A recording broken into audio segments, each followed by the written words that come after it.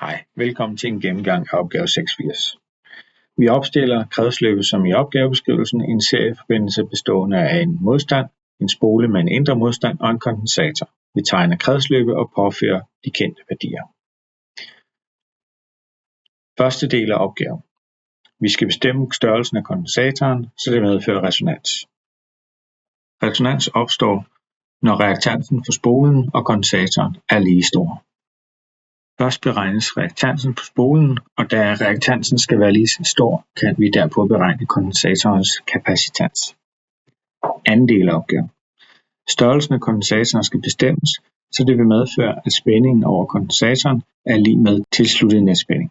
Hvis vi benytter os af, at det er en serieforbindelse, hvor strømmen er fælles og Ohms lov, kan vi opstille, at kondensatorens spændingsfald er lig med strømmen gennem den gange med dens reaktans. Ligeledes gælder dette for kredsløbets samlede spænding vil være lig med kredsløbets samlede impedans ganget med strømmen. Dividerer vi med strømmen på begge sider, kan vi se, at kondensatorens reaktans skal være lig med kredsens samlede impedans. Opstiller vi en ligning for impedansen ved hjælp af impedanstrekanten og Pythagoras, kan vi sætte denne lig med kondensatorens reaktans og isolere for reaktansen. Når vi har kondensatorens reaktans, kan vi let beregne kondensatorens kapacitans.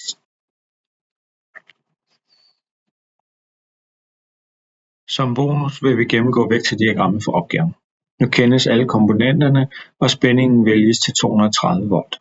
Vi anvender resistanserne for spolen og kondensatoren fra før. Vi vælger en strømretning og påsætter spændingsfaldspile på alle komponenterne. For at kunne beregne strømmen skal impedans bestemmes, og med den valgte netspænding på 230 volt kan strømmen i kredsen bestemmes. Nu er det blot at benytte Ohms lov til at beregne alle komponenternes spændingsfald, så vi kan tegne vektordiagrammet. På vektordiagrammet tegnes først referencen. Vi benytter strømmen som reference. Først tegnes strømmen langs referencen, derpå tegnes spændingsfaldene rundt i kredsløbet mod uret, først kondensatorens spændingsfald, derpå spolen, henholdsvis UL og URSP, og så spændingsfaldet over modstand. Til sidst skal vi lukke vektordiagrammet med netspænding. For god ordens skyld sættes faseforskydningsvinklen φ på, og denne beregnes ved hjælp af tangens i minus første. Vi kan se på vektordiagrammet, at spændingen er foran strømmen, og derved er kredsløbet induktivt. Tak fordi du så videoen.